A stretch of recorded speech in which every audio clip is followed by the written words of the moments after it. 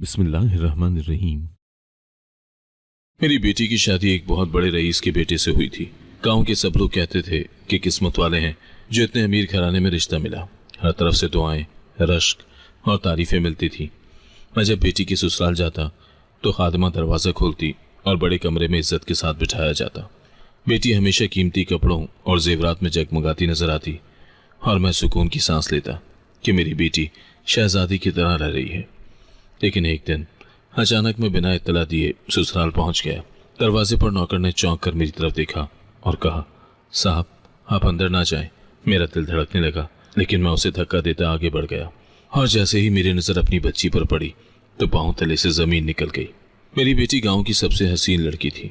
उसके चेहरे पर ऐसी रोशनी थी कि लोग अक्सर दूर से देखकर रुक जाते और धीरे से दुआ देते, अल्लाह नसीब अच्छे करे, ये तो शहजादी लगती है। मेरी बीवी मगर इस मामले में कुछ और थी। वो हर वक्त एक ही जुमला दोहराती, ऐसी बेटी का रिश्ता किसी आम घर में नहीं हो सकता, इसे तो रईसों के महल में जाना है। मैं हंसता और जवाब देता, बेटी है, बस सुकून की जगह मिल जाए यही काफ़ी है। लेकिन वो फौरन पलट कर कहती, नहीं, यह हमारे ख़ानदान की शान है, शान हमेशा ऊंची होनी चाहिए। उसकी आवाज़ में एक अजीब सा गुरूर छुपा होता। कभी वो शाम को खाना बनाते हुए कहती, सोचो ज़रा, जब हमारी बेटी पालकी में बैठकर रईसों के महल में जाएगी तो गांव वाले क्या कहेंगे। मैं खामोश रह जाता। कभी दिल कहता कि बीवी का ख्वाब सच हो जाएगा, कभी ये वहम घेर लेता कि गुरूर इंसान को तबाह कर देता है। एक दिन मेरी बहन आई। उसने कहा, हमारी भतीजी बहुत अच्छी है, हम चाहते हैं कि उसे अपने बेटे के लिए मांग लें। मेरी बीवी के चेहरे पर एक अजीब सा तगय्युर आया। उसने तंज़े हंसी हंसी और कहा, हमारे ख्वाब इतने छोटे नहीं हैं। हमारी बेटी का रिश्ता रईसों के साथ होगा, किसी आम गांव के लड़के के साथ नहीं। बहन की आंखों में आंसू आ गए और वो खामोशी से चली गई। मैंने बीवी को कहा, ये कैसी बात है, रिश्ता चाहे बड़ा हो या छोटा, मोहब्बत और इज्जत सबसे ज़रूरी है। बीवी ने सख्त लहजे में कहा, मुझे अपनी बेटी के लिए सब कुछ चाहिए, मैं उसे गुर्बत की गलियों में नहीं भेजूंगी। मैंने आहिस्ता से कहा, गुरूर हमेशा इंसान को गिरा देता है। जब मेरी बेगम ये बातें दोहराती कि तुम रईसों के महल में जाओगी तो वो हंसकर कहती, अम्मा, महल हो या झोंपड़ी, सुकून ही सब कुछ है। उसके अल्फाज मेरे दिल में उतर जाते। एक शाम मैं खेत से थका हारा आया तो देखा बीवी बेटी को सिंगार कर रही थी। उसने बेटी के बालों में फूल सजाए और कहा, कल रईसों के गांव से कुछ मेहमान आ रहे हैं, वो तुम्हें देखने आएंगे। मैं चौंक गया, क्या, तुमने कब बुलाया? बीवी ने फख्र से कहा, मैंने खुद पैगाम भेजा है, उन्हें मालूम होना चाहिए कि हमारी बेटी उनके काबिल है। मैंने गुस्से से कहा, यह क्या हरकत है, रिश्ते आने दो, हम अपनी इज्जत खुद बेचने क्यों जाएं? बीवी ने जवाब दिया, मैं अपनी बेटी को किस्मत के रहम पर नहीं छोड़ूंगी। उस रात मेरी नींद उड़ गई।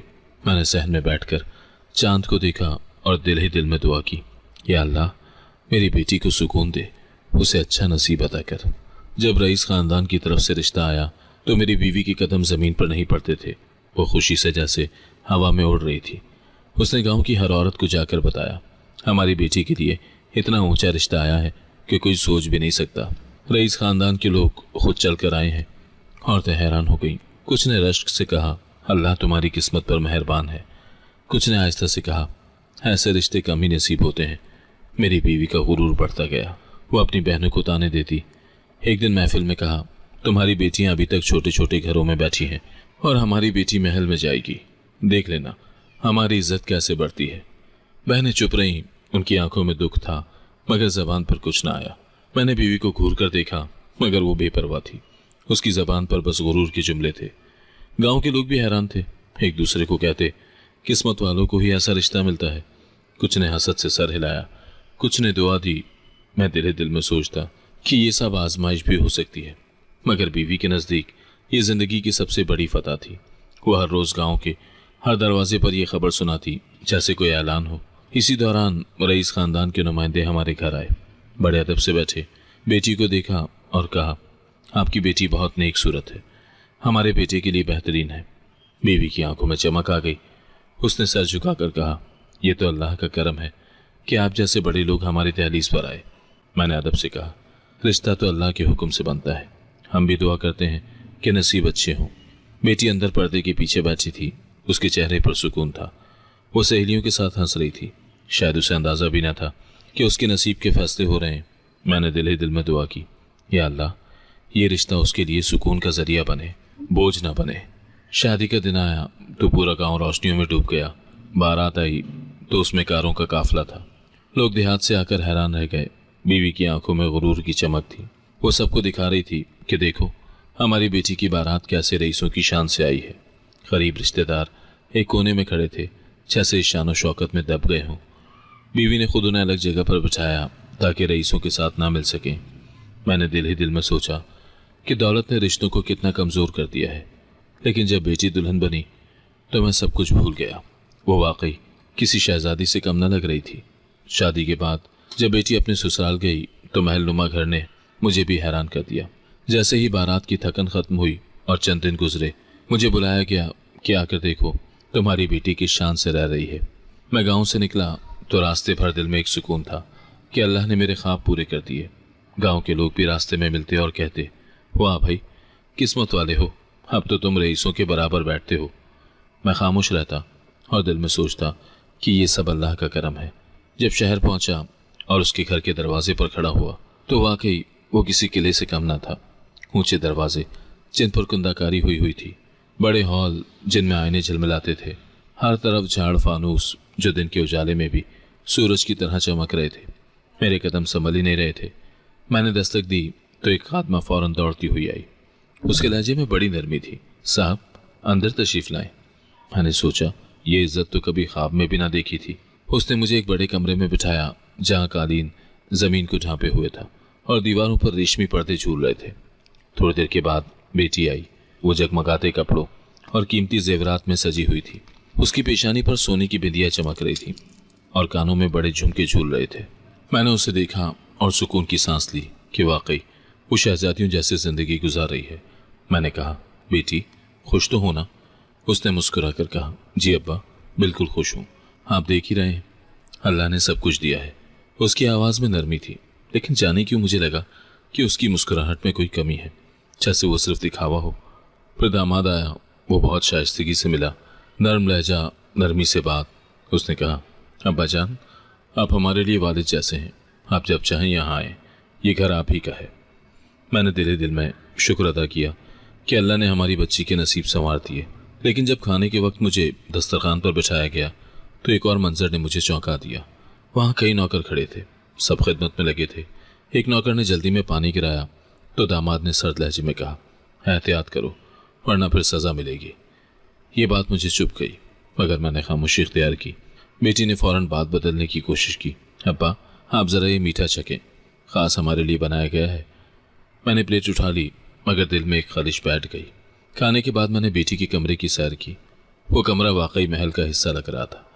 अलमारियों में कपड़ों का ढेर था, दराजों में जेवरात रखे थे और एक बड़े आईने के सामने उसने अपने हाथों को संवारा।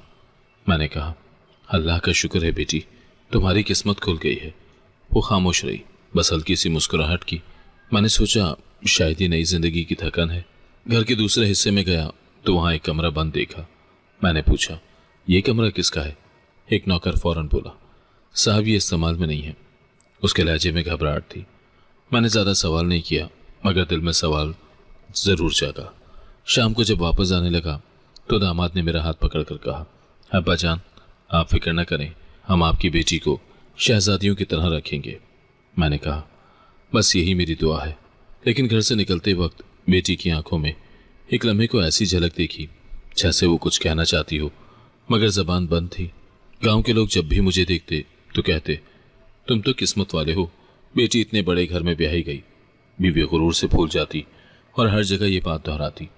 वो गरीब रिश्तेदारों को ताना देती, कभी कहती, अब हमें तुम्हारी दोस्ती या रिश्ते की ज़रूरत नहीं, हमारी बेटी रईसों के साथ है। मैं अक्सर टोकने की कोशिश करता, लेकिन बीवी का गुरूर दिन ब दिन बढ़ता गया। उधर बेटी जब भी आती तो जेवरात और कपड़ों में डूबी होती, लेकिन उसकी आंखों में कभी कभी नमी सी दिखाई देती। मैंने एक बार पूछा, सब ठीक है ना बेटी? वो जल्दी से मुस्कुरा कर कह देती, जी अब्बा सब बहुत अच्छा है। और फिर मैं अपने दिल को तसल्ली देता। जब मैं अचानक बेटी के घर गया तो देखा नौकर ने मुझे देखते ही चौंक कर दरवाज़ा बंद करने की कोशिश की। मैंने कहा, मैं अपने दामाद के घर आया हूँ, क्यों रोक रहे हो? वो घबरा कर बोला, नहीं साहब, बस घर के अंदर सफाई चल रही है, आप अभी ना जाएं। दिल में अजीब सा धड़का हुआ, मगर मैं फिर भी अंदर गया।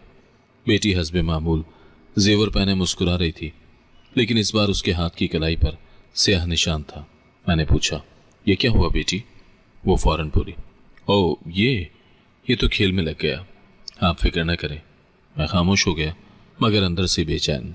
फिर मैंने कमरे के कोने में देखा कि एक खादिमा नजरें झुकाए खड़ी है, जैसे वो कुछ कहना चाहती है मगर हिम्मत नहीं हो रही। दामाद अंदर आया, बहुत नरमी से मिला। अब्बा जान, आप अचानक आए, बहुत खुशी हुई। मैंने दिल पर काबू पाया और बात बदल दी। खाने के दौरान फिर एक नौकर से पानी गिर गया। दामाद ने सर्द लहजे में कहा, यह आखिरी बार है, वरना सजा मिलेगी। मुझे जोजरी सी आई। बेटी ने फौरन हंसकर कहा, अब्बा आप ये मिठाई लीजिए। मैंने मिठाई खाई, मगर दिल भारी होता गया। बीवी हमेशा गुरूर में डूबी रहती, गांव के हर इज्तिमा में सिर्फ अपनी बेटी का जिक्र करती और फख्र से कहती, हमें गरीब रिश्तों की ज़रूरत ही नहीं रही। एक दिन उसने अपनी बहन को सबके सामने ताना दिया, हमारी बेटी महल में है और तुम्हारी बेटियां अभी भी चूल्हे के धुएं में जल रही हैं। इस बात पर महफिल सन्नाटे में डूब गई। बहन की आंखों में आंसू आए, मगर बीवी को परवाह न थी। मैंने बीवी को अलग ले जाकर कहा, ऐसी बातें अच्छी नहीं लगती, रिश्ते दिल से बनते हैं। वो गुरूर से बोली, अब हमें इन गरीबों की ज़रूरत नहीं, हमारी इज्जत रईसों से जुड़ी है। मैंने सोचा गुरूर शायद खुशी को खा जाता है, लेकिन बेटी के लिए सुकून चाहता था, इसीलिए खामोश रहा। मैंने महसूस किया कि उसके चेहरे पर खौफ था, जैसे उसने कोई ऐसा राज देख लिया हो जो जबान पर नहीं लाया जा सकता। मैं सीढ़ियों से गुजरता हुआ बड़े कमरे में गया, जहां हमेशा मुझे बिठाया जाता था। दीवारों पर पुराने खानदानी तस्वीरें लटकी हुई थीं, चेहरों पर गुरूर और नुकूश में संजीदगी थी, जैसे वो भी मुझे देख रहे हों। कुछ देर के बाद बेटी आई तो हस्बे मामूल जेवरों में जगमगा रही थी। उसके कपड़ों पर सोने की कढ़ाई, गले में मोतियों का हार और हाथों में कंगनों की खनक। मैंने फौरन कहा, माशाअल्लाह, तुम पर यह सब बहुत जचता है। उसने हल्की सी मुस्कुराहट दी, लेकिन उसकी मुस्कुराहट मसनूई थी, जैसे वो ये सब सिर्फ मेरे सुकून के लिए कर रही हो। मैंने आहिस्तेगी से कहा, बेटी कुछ कहना चाहती हो? वो रुक गई, लब हिले, आंखों में एक नमी सी उभरी, लेकिन फिर फौरन खामोश हो गई। उसने नजरें झुका ली, जैसे कोई उसकी जबान पर कफल डाल रहा हो। उस लम्हे मुझे यूं लगा जैसे वो कुछ छुपाना चाहती है, कोई ऐसी बात जिसे कहने की इजाजत नहीं। कमरे में अजीब सा सुकून छा गया। मैंने इधर उधर देखा तो दो खादिम पीछे खड़े थे। एक खादिमा ने झट से पर्दे दुरुस्त करने का बहाना बनाया और दूसरी ने पानी का गिलास आगे बढ़ा दिया। उनकी हरकत मुझे बता रही थी कि वो मेरी बेटी को बात करने ही नहीं देना चाहती। मैंने बात बदलने के लिए कहा, बेटी ससुराल कैसा लग रहा है? वो बोली, जी अब्बा, सब बहुत अच्छा है, आप फिक्र न करें। कमरे से निकलते वक्त मैंने फिर उस खादिमा को देखा जिसने पहले मुझे घूर कर देखा था। वो सीढ़ियों के करीब खड़ी थी। मैंने आहिस्ता से कहा, कुछ कहना है? वो फौरन कांप गई, नजरें झुकाई और बोली, साहब सब खैरियत है। लेकिन उसके चेहरे पर खौफ और लर्जिश साफ नजर आ रही थी। मैं बाहर निकला तो मेरा दिल बोझल हो गया। रास्ते में बार बार ख्याल आया कि ये सब शायद मेरा वहम है, लेकिन अंदर कहीं यकीन था कि कुछ तो है जो मेरी नज़र से छुपाया जा रहा है। बीवी का गुरूर अब हद से बढ़ गया था। वो गांव के गरीब रिश्तेदारों को बात बात पर ताने देती। एक दिन बाजार में उसकी बहन मिली। उसने पूछा, बहन बेटी कैसी है, खुश तो है ना? बीवी ने गुरूर से कहा, हम आना क्या पूछती हो, हमारी बेटी तो रईसों के हॉल में बैठती है, अब हमें तुम्हारी महफिलों की ज़रूरत नहीं। ये सुनकर बहन के चेहरे का रंग उड़ गया। लोग इर्द गिर्द खड़े सुनने लगे। किसी ने कहा, ऐसी बातें अच्छी नहीं होती, गुरूर कब तक कायम रहता है? लेकिन बीवी ने परवाह न की और हंसती हुई आगे बढ़ गई। रिश्तेदार आहिस्ता आहिस्ता हमसे दूर होते गए। जब अगली बार बेटी के घर गया तो एक खादिमा ने मेरी तरफ अजीब नज़रों से देखा। उसकी आंखों में कुछ था जो जबान तक नहीं आ रहा था। वो कुछ कहना चाहती थी, लेकिन फिर फौरन नजरें झुका ली। मेरी बेटी बड़ी शान से शहजादियों की तरह बैठी थी, मगर उसके चेहरे पर अजीब थकन छाई हुई थी, जैसे कई रातों से सो ना पाई हो। मैंने कहा, बेटी खुश तो हो ना? वो मुस्कुराकर बोली, जी अब्बा बहुत खुश हूँ। लेकिन वो मुस्कुराहट जबरदस्ती की लग रही थी। मैंने उसके हाथ पर नजर डाली तो वहाँ एक पुराना जख्म का निशान था। मैंने फौरन पूछा, ये कैसे हुआ? वो जल्दी से बोली, अब्बा ये सब खेल खेल में लग जाते हैं, आप फिक्र न करें। मैंने कहा, खेल खेल में इतने निशान? वो खामोश हो गई और नजरें झुका ली। कमरे में सन्नाटा छा गया। खादिमा पास ही खड़ी थी। उसके होंठ कांपे, जैसे कुछ कहना चाहती हो, मगर फौरन चुप कर गई। दामाद अंदर आया और बोला, अब्बा जान आपकी दुआओं से सब खैरियत है। मैंने कहा, बेटी कमज़ोर लग रही है। वो हंसकर बोला, नहीं अब्बा जान, बस जरा तबीयत खराब थी, अब बेहतर है। मैंने बेटी की तरफ देखा। उसने फौरन सर हिला दिया, जैसे अपने शौहर की बात की तस्दीक कर रही हो। दिल में एक लम्हे को भारी सा एहसास हुआ, लेकिन फिर बीवी की आवाज़ याद आई। हमारी बेटी रईसों की घर है, वहाँ दुख कैसा। मैं खामोश हो गया। बाहर निकला तो खादिमा ने मुझे अजीब नज़रों से देखा, जैसे वो चाहती हो कि मैं कुछ और समझूं। उसी रात मैंने एक ख्वाब देखा। ख्वाब में बेटी एक बड़े कमरे में बंद थी और दरवाज़ा ज़ोर ज़ोर से पीट रही थी। उसके मुंह से निकल रहा था, अब्बा मुझे यहाँ से निकालो। मैं हड़बड़ा कर उठ बैठा, पसीना बह रहा था। सुबह बीवी को बताया तो उसने कहा लगाया, तुम्हें वहम हो रहा है, बेटी रईसों के महल में है, वहाँ डर कैसा। मैंने कहा, ख्वाब कभी कभी हकीकत का इशारा भी होते हैं। वो हंसी और बोली, तुम्हें फिक्र करने की ज़रूरत नहीं है, बेटी अपनी दुनिया में खुश है, तुम्हें बस सुकून से रहना चाहिए। गांव में सभी लोग तारीफ करते थे, कहते वाह किस्मत वाले हो, बेटी रईसों में ब्याही है। बीवी इन बातों पर गुरूर से चहक जाती और हर जगह फख्र करती। एक दिन मैं वहीं बैठा था कि अचानक दामाद की आवाज़ बुलंद हुई। वो नौकर पर चीख रहा था, यहाँ हुक्म मेरी मर्जी से चलता है, दोबारा गलती की तो घर से निकाल दूंगा। ये मेरा पहला मौका था कि उसका असल लहजा सुना। सामने आया तो वो फौरन नरम पड़ गया, हंसकर बोला, अब्बा जान ये नौकर लोग कभी कभार अपनी हद से बढ़ जाते हैं, बस समझाना पड़ता है। मैंने हंसी में बात टाल दी, लेकिन दिल में पहला खौफ का कांटा चुभ गया। ये वही शाइस्ता दामाद था जो गांव के सामने नरम लहजे में बात करता था। बीवी का गुरूर अब अपने उरूज पर था। वो हर तकरीब में ये जताती कि हमारी बेटी रईसों की बहू है। करीब रिश्तेदारों को वो अब बुलाती भी नहीं थी। एक दिन उसने अपनी बहन के सामने कहा, हमारी बेटी महल में है, तुम्हारी बेटियां अभी भी झोंपड़ियों में हैं। बहन की आंखों में आंसू आ गए, लेकिन बीवी को परवाह न हुई। मैंने दिले दिल में सोचा कि दौलत ने हमें रिश्तों से काट दिया है, लेकिन जब भी बेटी के चेहरे पर जबरदस्ती की मुस्कुराहट देखता तो दिल में एक खौफ उतर जाता कि कहीं ये गुरूर हमें बर्बादी की तरफ न ले जाए। एक दिन बेटी ने माँ के सामने अचानक कहा, अम्मा कभी कभी आपके पास आना चाहती हूँ। बीवी ने हंसकर जवाब दिया, तुम महल में रहती हो, तुम्हें अब गांव की क्या जरूरत, यहाँ के धुएं और गुर्बत से क्या लेना देना। बेटी खामोश हो गई, उसके चेहरे की रोशनी बुझ गई। मैंने सोचा कि उसे अपनी माँ से ये जवाब सुनकर कैसा लगा होगा। मैंने बाद में बीवी को कहा, यह बात मुनासिब नहीं थी, बच्ची चाहती थी कि माँ के पास कुछ वक्त गुजारे। बीवी गुरूर से बोली, ये सब कमियों वाली ख्वाहिशें हैं, महल में रहने वाली बहू को झोंपड़ियों का शौक क्यों होना चाहिए। मैंने कहा, ये झोंपड़ियाँ हमारे रिश्ते हैं। लेकिन बीवी ने संजीदगी से कहा, अब हमें रिश्तों की नहीं इज्जत की फिक्र है। मैंने बेटी के चेहरे पर निगाह डाली, उसकी आंखें बुझी बुझी थी। पहली बार मुझे अपनी बेटी पर तरस आया। लगने लगा कि वो दौलत के बोझ तले दब रही है। उस दिन वापसी पर गांव के कुछ लोग मिले। उन्होंने कहा, बेटी को कभी गांव ले आओ, हम सब उसे देखना चाहते हैं। मैंने दिल में सोचा कि काश वो खुद आ सके, लेकिन हालात कुछ और कह रहे थे। रात को ख्वाब में फिर वही मंजर देखा। बेटी एक अंधेरे कमरे में कैद है और उसके होंठों से चीख निकल रही है, अब्बा मुझे यहाँ से निकालो। मैं हड़बड़ा कर उठ बैठा, पसीने से शराबूर था। सुबह मैंने बीवी से कहा, मैं आज महल जा रहा हूँ, दिल घबरा रहा है। वो बोली, बार बार क्यों जाते हो, लोग और ससुराल वाले बातें करेंगे। मैंने कहा, बेटी है, देखने का हक है। उसके अल्फाज ने मेरे कदम रोक दिए, लेकिन ख्वाब बार बार जहन में दोहराता रहा। मैंने दिन भर खेतों में काम करने की कोशिश की, लेकिन हर बार बेटी का खौफजदा चेहरा और आंखों के आंसू जहन में उभर आते। शाम को मैंने सोचा कि जल्द ही बिना इतला दिए जाकर देखूंगा। मैंने अपने दिल को यकीन दिलाया कि अब पर्दे ज़्यादा देर कायम नहीं रह सकते। उस दिन जब खाने का इंतज़ाम हुआ तो बड़े हॉल में कई मेहमान मौजूद थे। रईस ख़ानदान के दूसरे अफराद भी आए थे। हर एक अपनी शानो शौकत और रूप के साथ बैठा था। बेटी सबको खाना पेश कर रही थी। उसके हाथ कांप रहे थे, मगर वो खुद को मजबूत जाहिर करने की कोशिश कर रही थी। एक बड़ी उम्र की खाला ने कहा, बेटी तुम्हें रोना नहीं चाहिए, ये दौलत ये इज्जत सब तुम्हारे कदमों में है। बेटी ने ज़बरदस्ती मुस्कुरा कर कहा, जी सब अल्लाह का करम है। मैंने उसकी आंखों में झांका तो वहाँ सिर्फ उदासी और बेबसी नजर आई।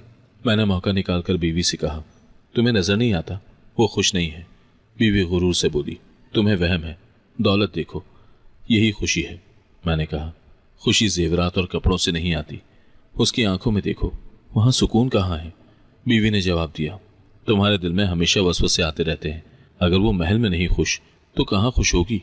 महफिल ख़त्म होने के बाद जब सब लोग अपने कमरों में चले गए तो मैं राहदारी से गुजरा। कोने में वही खादमा खड़ी थी जिसे मैं पहले भी देख चुका था।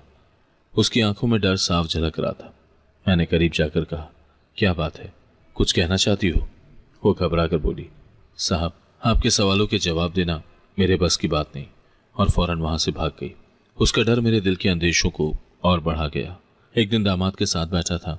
वो बड़ी नरमी से बातें कर रहा था, लेकिन अचानक बोल पड़ा, अब्बा जान, आपको एक बात समझनी होगी। ये घर मेरा है, यहाँ मेरा हुक्म चलता है।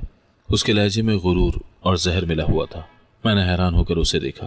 वो फौरन मुस्कुरा दिया, जैसे अपनी तलखी छुपा रहा हो। उसने चाय का कप मेज पर रखते हुए कहा, असल में नौकर लोग कभी हद से बढ़ जाते हैं, इसीलिए कभी कभी मुझे सख्ती करना पड़ती है। मैंने ज़बरदस्ती मुस्कुरा कर कहा, लेकिन बेटा, नर्म लहजा हमेशा घर को जोड़ता है, सख्ती दिलों को तोड़ देती है। उसने आंखों में सीधी निगाह डालते हुए जवाब दिया, अब्बा जान, आप तजुर्बाकार हैं, लेकिन रईसों के घरों के उसूल अलग होते हैं। यहाँ इज्जत हुक्म से बनती है, मोहब्बत से नहीं। उसके अल्फाज मेरे दिल में तीर की तरह चुभ गए। मैं सोचने लगा कि मेरी बेटी किस तरह से इस गुरूर और हुक्म के साए में जी रही होगी। बेटी पास ही बैठी थी। उसने एक लम्हे को मेरी तरफ देखा, लेकिन फौरन नजरें झुका दी, जैसे वो कहना चाहती हो कि वो इन बातों की आदी हो गई है। उस लम्हे कमरे में एक नौकर पानी लेकर आया। उसके हाथ कांप रहे थे। दामाद ने उसे घूर कर देखा और बोला, सीधा रखो, अगर पानी गिरा तो याद रखना, यह आखिरी दिन होगा तुम्हारा।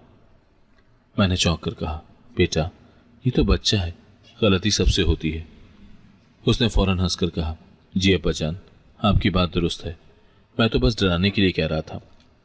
लेकिन उसके लहजे की सख्ती अब भी कमरे में गूंज रही थी। महफिल खत्म हुई तो बेटी ने आहिस्ता से कहा, अब्बा आप ठीक तो हैं? मैंने कहा, बेटी तुम ठीक हो? वो खामोश रही, सिर्फ हल्का सा सर हिला दिया। मैं समझ गया कि वो कुछ कहना चाहती है, मगर जबान बंद है। उस दिन पहली बार मुझे लगा कि दामाद वो शाइस्ता शख्स नहीं है जो सबके सामने दिखाई देता है। उसकी असल सूरत गुरूर और सख्ती से भरी हुई है, और उसके साए में मेरी बेटी की जिंदगी घुट रही है। महल में एक कमरा ऐसा था जिस पर हमेशा ताला लगा रहता था। बड़े बड़े हॉल, चमकते झाड़ फानूस, कालीनों की खुशबू, सब अपनी जगह, मगर उस कमरे के दरवाजे पर एक ऐसी संजीदगी थी जो बाकी जगह पर नहीं मिलती थी। जब भी मैं वहां पर जाने की कोशिश करता, खादिम फौरन रास्ता रोक लेते। एक दिन मैंने आहिस्ता आहिस्ता चलते हुए उस दरवाजे के करीब पहुंचा। दीवारों पर नस्ब चरागों की मध्यम रोशनी में वो दरवाज़ा और भी पुरस्कार लग रहा था, जैसे वहां अंधेरों का बसेरा हो। मैंने करीब पहुंचकर दरवाजे के हैंडल को छूना चाहा, लेकिन अचानक एक नौकर सामने आ गया। वो पसीने में शराबूर था। उसने कहा, साहब ये कमरा पुराना है, इस्तेमाल नहीं होता, अंदर मट्टी और बोसीदा सामान है। उसके लहजे में घबराहट थी। मैंने उसकी आंखों में देखा और कहा, अगर पुराना है तो खोल कर देखने में क्या हर्ज है? वो फौरन बोल उठा, नहीं साहब, चाबी गुम है, कई बरस से नहीं खुला। इतने में अंदर से दबे दबे कदमों और सरगोशियों की आवाज़ आई। मैंने चौंक कर दरवाजे के करीब कान लगाए, जैसे कोई आहिस्ता आहिस्ता कुछ कह रहा हो। फिर अचानक सब खामोश हो गया। मैंने कहा, यह आवाज़ कैसी थी? नौकर पसपा होकर बोला, साहब शायद बाहर से आई हो, अंदर कुछ नहीं है। लेकिन उसके लहजे में झूठ की बू साफ महसूस हुई। कुछ दिन के बाद एक नौकर रात को मेरे पास आया। वो बहुत घबराया हुआ था। उसने आहिस्ता आवाज़ में कहा, साहब बेटी साहिबा की हालत ठीक नहीं है। मैंने चौंक कर पूछा, क्या मतलब? खुल कर बोलो। वो कपकपाते होठों से बोला, नहीं साहब, मेरा मतलब कुछ नहीं, मैं तो बस। और फिर वहां से भाग गया। उसके अल्फाज मेरे दिल पर बोझ बन गए। मैंने सारी रात करवटें बदलते गुजार दी। मैं जब बेटी से मिला तो वो और ज़्यादा कमज़ोर लग रही थी। उसके होंठ खुश्क थे, आंखें बुझी बुझी थीं और चेहरे पर जर्दी छाई हुई थी। मैंने कहा, बेटी तबीयत कैसी है? वो फौरन मुस्कुरा कर बोली, जी अब्बा सब ठीक है, आप फिक्र न करें। लेकिन वो मुस्कुराहट अब और ज़्यादा खाली लग रही थी, जैसे वो हर लफ्ज़ के साथ अपने दुख को छुपा रही हो। मैंने कहा, बेटी अगर तुम्हारे साथ कोई मसला है तो मुझे बताओ, मैं तुम्हारा बाप हूँ। उसकी आंखों में एक लम्हे को आंसू उभरे, लेकिन फौरन उसने नजरें झुका ली। फिर धीरे से कहा, अब्बा आपने हमेशा मेरा साथ दिया है, लेकिन कुछ बातें ऐसी होती हैं जो कहीं नहीं जाती। कमरे में बैठे खादिमों की खामोशी अब और ज़्यादा चीख बन गई थी। वो सब पत्थरों की तरह खड़े थे। उनके चेहरों पर एक ऐसा खौफ था जो दिल को हिला देता था। इतने में दामाद आया। वो हमेशा की तरह हंसकर बोला, अब्बा जान आपकी दुआ से सब खैरियत है। बेटी की तबीयत ज़रा ख़राब थी, लेकिन अब बेहतर है। मैंने बेटी की तरफ देखा। उसने फ़ौरन सर हिला दिया, जैसे अपने शौहर की बात की तस्दीक कर रही हो। मैं खामोश हो गया, मगर दिल के अंदर अब एक शोर बढ़ रहा था, जैसे अंदर ही अंदर कोई और आवाज़ कह रही हो कि ये सब दिखावा है।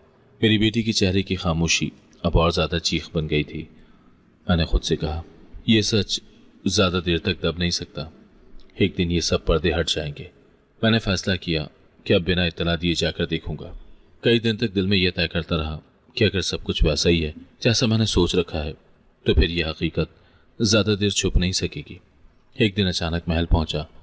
दरवाजे पर पहरा देने वाला नौकर चौंक कर पीछे हटा। वो बोला, साहब, आपने पहले इत्तला क्यों नहीं दी?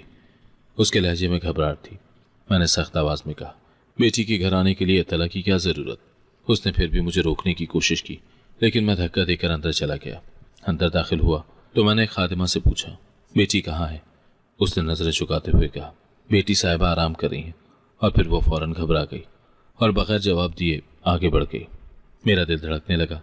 इस दौरान मेरी निगाह उस ममनू कमरे पर जा ठहरी, जहां हमेशा ताला लगा रहता था। कमरे के करीब पहुंचा तो एक नौकर सामने आ गया। उसने परेशानी के आलम में कहा, साहब यहाँ ना जाए, ये कमरा बंद रहता है। मैंने तेजी से कहा, बंद क्यों रहता है? आखिर अंदर है क्या? वो हिचकिचाया, नजरें झुकाई और फिर बोला, ये पुराना कमरा है, अंदर कुछ नहीं है। लेकिन उसी लम्हे अंदर से हल्की सी आवाज़ आई, जैसे कोई सिसक रहा हो। मेरा दिल कांप उठा। मैंने दरवाजे के करीब कान लगाया। आवाज़ और वाज़ेह हुई, जैसे किसी औरत की आह थी। मैंने फ़ौरन दरवाज़ा ज़ोर से बजाया। अंदर से अचानक सब आवाज़ें खामोश हो गईं। कमरे पर फिर मौत जैसा सुकूत छा गया। मैंने नौकर को घूरा और कहा, चाबी दो। वो पीछे हटते हुए बोला, साहब, मुझे कुछ नहीं मालूम, चाबी तो बड़े साहब के पास है। मैंने गुस्से से कहा, झूठ बोल रहे हो, अभी आवाज़ आई थी अंदर से। वो कांपने लगा और धीरे से कहा, साहब, हमें हुक्म है, किसी को भी करीब ना आने दें। उसी वक्त दो और खादिम आए और बोले, साहब, आप थके हुए होंगे, आइए बैठिए। उनके लहजों में नरमी थी, मगर आंखों में सख्ती, जैसे वो हर कीमत पर मुझे उस कमरे से दूर रखना चाहते हो। मैंने कहा, मैं अपनी बेटी के बाप की हैसियत से हर दरवाज़ा खोलने का हक रखता हूँ। लेकिन वो सब खामोश खड़े रहे। किसी ने हल्की सी जुम्बिश भी न की। मेरा दिल बोझल होता गया। अंदर कोई राज ज़रूर छुपा था, लेकिन ये सब मुझे अंधेरों की तरफ धकेल रहे थे। मैंने फैसला किया कि यह पर्दा ज़्यादा देर कायम नहीं रह सकता। उस दिन बेटी को देखकर मेरी रूह लरस गई। वो कीमती लिबास में नहीं, बल्कि मामूली कपड़ों में थी। चेहरा जर्द और आंखों के नीचे सूजन थी। उसके बाल बिखरे हुए थे, जैसे कई दिनों से संवारे न गए हों। वो मुझे देखते ही मुस्कुराने की कोशिश करती रही, लेकिन उसके होठों पर मुस्कुराहट ना आ सकी। मैंने घबरा कर कहा, बेटी, ये हालत कैसे हो गई? वो फौरन बोली, अब्बा, बस तबीयत ठीक नहीं थी। लेकिन उसके लफ्ज़ों में कमज़ोरी और आंखों में छुपा खौफ साफ नजर आया। मैंने उसके करीब जाकर कहा, सच बताओ, क्या हुआ है? वो हिचकिचाई, फिर खादमा की तरफ देखा और खामोश हो गई। मैंने कहा, बेटी, तुम्हारी माँ को तुम्हारी बहुत फिक्र है। अगर ये हाल देखेगी तो बर्दाश्त न कर सकेगी। वो आहिस्ता से बोली, अब्बा, अम्मा को कुछ ना बताइए। वो खुश हैं कि मैं महल में हूँ, उन्हें हकीकत जानने की ज़रूरत नहीं। मैंने दिल में तय कर लिया कि अब मज़ीद खामोश नहीं रह सकता। ये सुकूत अब मेरी हड्डियों में उतरने लगा था। मैंने सोचा, अगर मैं खामोश रहा तो ये महल मेरी बेटी की कब्र बन जाएगा। जब जाने लगा तो अचानक रास्ते में एक खादिमा मिली, जिसकी आंखों में बरसों का डर था। उसने अचानक लपक कर मेरा हाथ थामा और कांपती आवाज़ में सरगोशी की, साहब, बेटी साहिबा को रात को कफल में रखा जाता है। तबीयत के नाम पर कड़वी दवाइयाँ दी जाती हैं ताकि वो खामोश रहे। मेरे कानों में गूंज पैदा हुई। रीढ़ की हड्डी सुन हो गई। मैंने लपक कर पूछा, क्यों? आखिर क्यों मेरी बेटी के साथ ये सब? वो कांपते हुए बोली, यहाँ औरतों को फर्माबरदारी सिखाई जाती है, जंजीरों और दवाओं से। अगर वो ज़रा भी सवाल करें तो कमरे में कैद कर दिया जाता है। मैंने गुस्से से उसके कंधे पकड़कर कहा, तुमने पहले ये सब क्यों नहीं बताया? उसने खौफजदा होकर इर्द गिर्द देखा और कहा, हम सबके ऊपर जासूस मुकर्रर हैं। अगर हम बोले तो हमारी ज़बान काट दी जाएगी। फिर वो और करीब आकर सरगोशी में बोली, आज रात के तीसरे पहर एक लम्हा ऐसा आएगा जब पहरा ढीला होगा, तब चाबी मेरे पास होगी। लेकिन खबरदार, जासूस नौकर हर जगह है। आपका एक कदम गलत पड़ा तो सब कुछ बर्बाद हो जाएगा। मैंने बेटी के ही ससुराल में रात गुजारने का फैसला किया। रात गहरी हुई तो दरो दीवार पर खामोशी की तह जम गई। महल की राहदारियों में कदम की चाप भी गूंज बन जाती थी। मैं अंधेरों में लपका ही था कि अचानक पीछे से कदमों की चाप आई। दो मुहाफिज जैसे दीवार से निकल आए हों। उनके चेहरे पर सख्ती थी और आंखों में शक। एक ने सर्द लहजे में कहा, अब्बा जान, रात को राहदारियां हिस्सा हरम है, मर्दाना मेहमान अपने कमरों में रहे। मैंने जबरदस्ती मुस्कुराकर कहा, मैं तो बस टहलने निकल आया था। लेकिन दिल ने कहा, यह आखिरी बार पीछे न हटूं। मैं अपने कमरे में पलट आया, लेकिन दिल की धड़कन तेज हो गई। कमरे का दरवाजा बंद हुआ ही था कि हल्की सी आहट हुई। खादिमा ने दरवाजा जरा सा खोला और हथेली पर चमचमाती एक छोटी चाबी रख दी। उसकी आवाज लरज रही थी, ये बात ज्यादा देर मेरे पास नहीं रह सकती।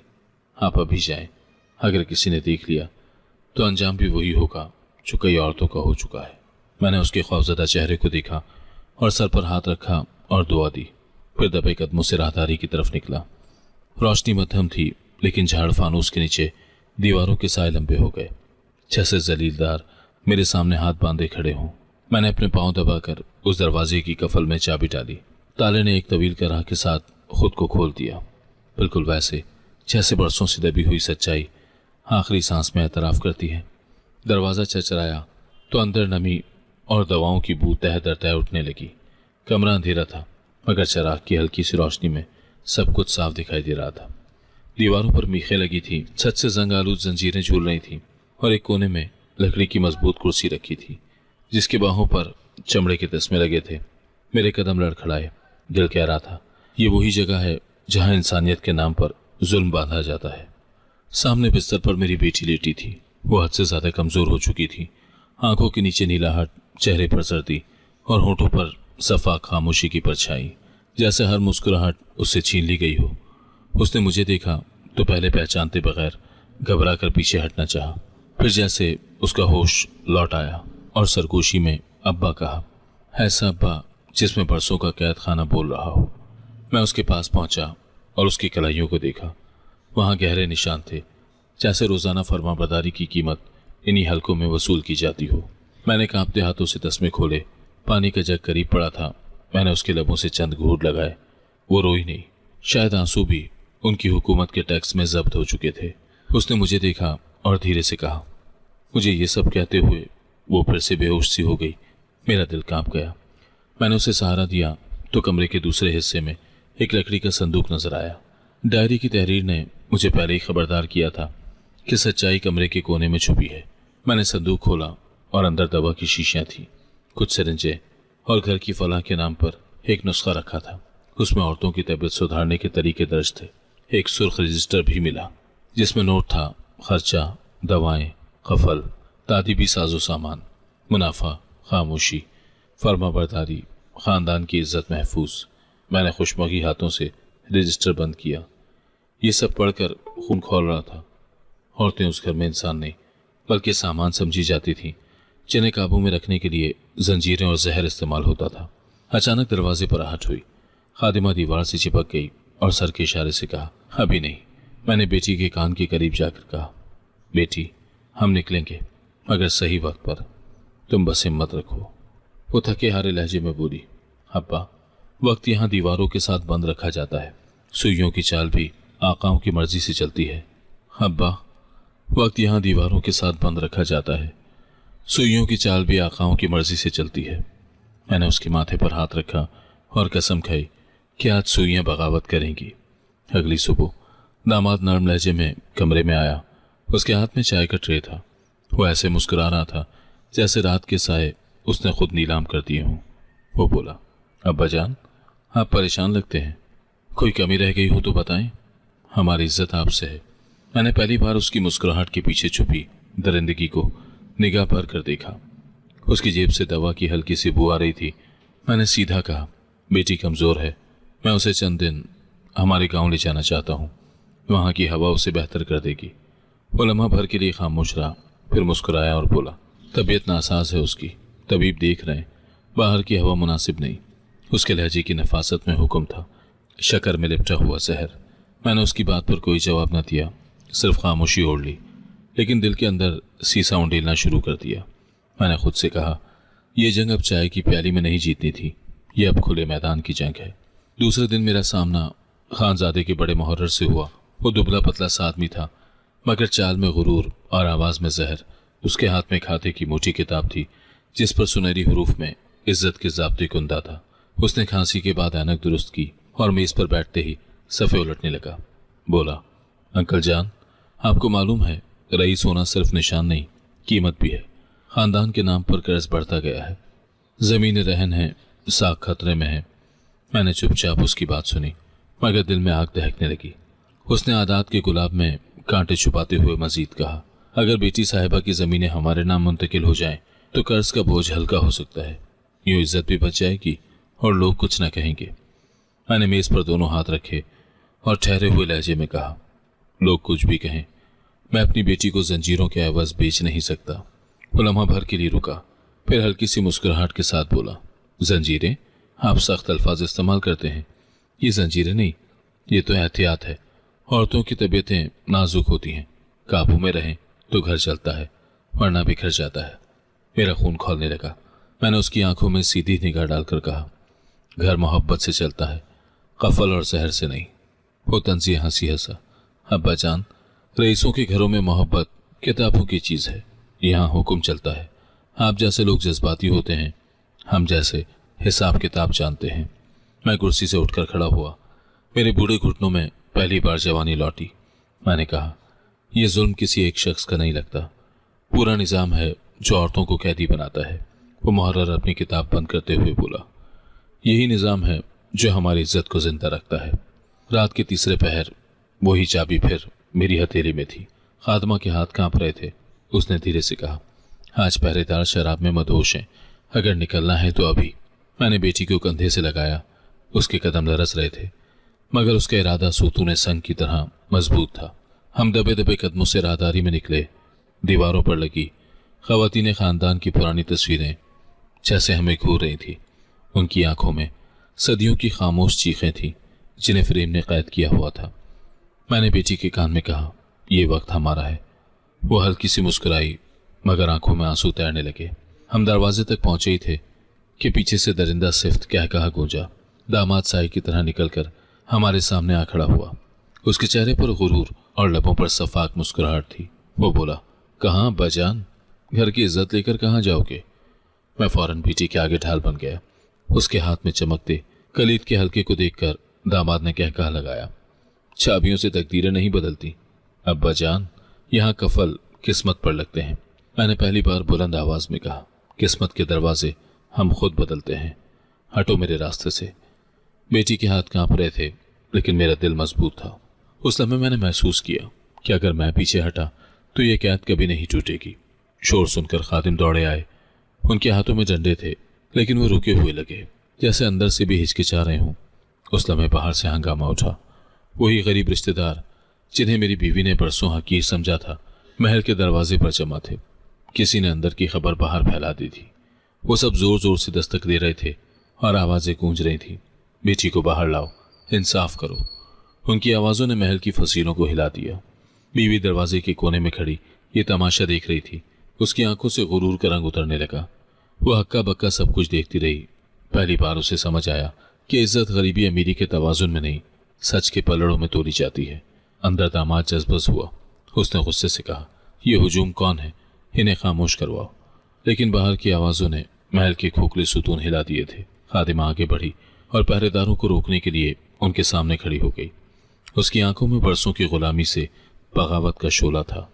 मैंने बेटी का हाथ मजबूती से थामा और कहा, अब हम जिंदा रहेंगे, किसी के ज़ाब्ते के कैदी नहीं बनेंगे।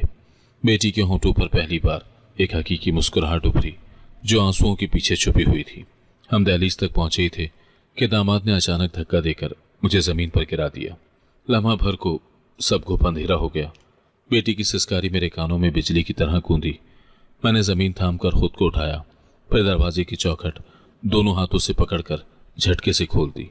बाहर की हवा अंदर के घुटनज़दा माहौल पर यलगार कराई। इंसान की सांसें गवाह बन गईं कि जिंदा होना कैसा लगता है। बेटी मेरे बाजू में लड़खड़ाई। मैंने उसे संभाला। उसकी आंखों में पहली बार खौफ के साथ उम्मीद का एक नन्हा सा चिराग भी जल उठा था। दामाद धाड़ा, कोई बाहर नहीं जाएगा, ये सब इज्जत का सवाल है। लेकिन बाहर खड़े सब गांव के लोगों ने मिलकर महल पर धावा बोला, जिन्हें मेरी बीवी पकड़ पकड़ कर लाई थी। बस अब बहुत हुआ। आवाजों की गूंज ने महल को हिला दिया। बीवी दरवाजे के कोने पर खड़ी थी। उसके चेहरे पर पछतावे की परछाई थी। मैंने बेटी के माथे पर बूसा दिया और दिल ही दिल में शुक्र अदा किया कि जुल्म के ईवान में कम से कम एक दरार तो पड़ गई। मगर दिल जानता था कि आखिरी दरवाज़ा अभी बाकी है, वो दरवाज़ा जो मेरे अंदर खुलता है और सब कुछ नंगा कर देता है। मैं अपनी बच्ची को वहां से ले आया। वो महल जिसे लोग जन्नत समझते थे, दरअसल कैद खाना था। गांव के वही लोग जिन्हें मेरी बीवी ने हमेशा गुर्बत का ताना दिया था, आज मेरे साथ खड़े थे। उन्हीं गरीब रिश्तेदारों ने मेरे हाथ मजबूत किए। उन्हीं की दुआओं ने मेरी बेटी को जिंदा रखा। मैंने अपनी बेटी की शादी अपनी बहन के बेटे से कर दी। वो बच्चा जिसे कभी मेरी बीवी ने कमतर कहा था, आज मेरी बेटी के घर दौलत कम है मगर सुकून बहुत है। जेवरात नहीं है मगर खुशियां हैं। वो कह कहे मार कर हंसती है और मैं सुकून की सांस लेता हूं कि अब उसकी मुस्कुराहट हंसती है। जहां तक रईसों का हाल है, गांव के चौक में सबके सामने उनकी इज्जत के पर्दे फाड़ दिए गए। मुहर्रर और दामाद को उन्हीं जंजीरों में जकड़ कर खड़ा किया गया जो वो औरतों पर डालते थे। लोग कहते हैं अब वो महल इबरत की जगह है और जो भी वहां से गुजरता है अपने बच्चों को बताता है कि गुरूर और जुल्म आखिरकार खुद अपनी कब्रें खोद लेते हैं। मैंने अपनी जिंदगी के तजुर्बे से ये सीखा है कि इज्जत दौलत से नहीं, बेटी के आंसू बचाने से बनती है। और असल दौलत वो खुशी है जो बेटी के चेहरे पर झलकती है, चाहे घर कच्चा ही क्यों ना हो। अगर आपको आज की कहानी पसंद आई है तो वीडियो को जरूर लाइक कीजिएगा और अपने दोस्तों के साथ भी शेयर कीजिएगा। और हाँ, अगर आपने अभी तक हमारा चैनल सब्सक्राइब नहीं किया तो जरूर सब्सक्राइब करें। मिलते हैं कल एक नई और दिलचस्प कहानी के साथ। अल्लाह हाफिज।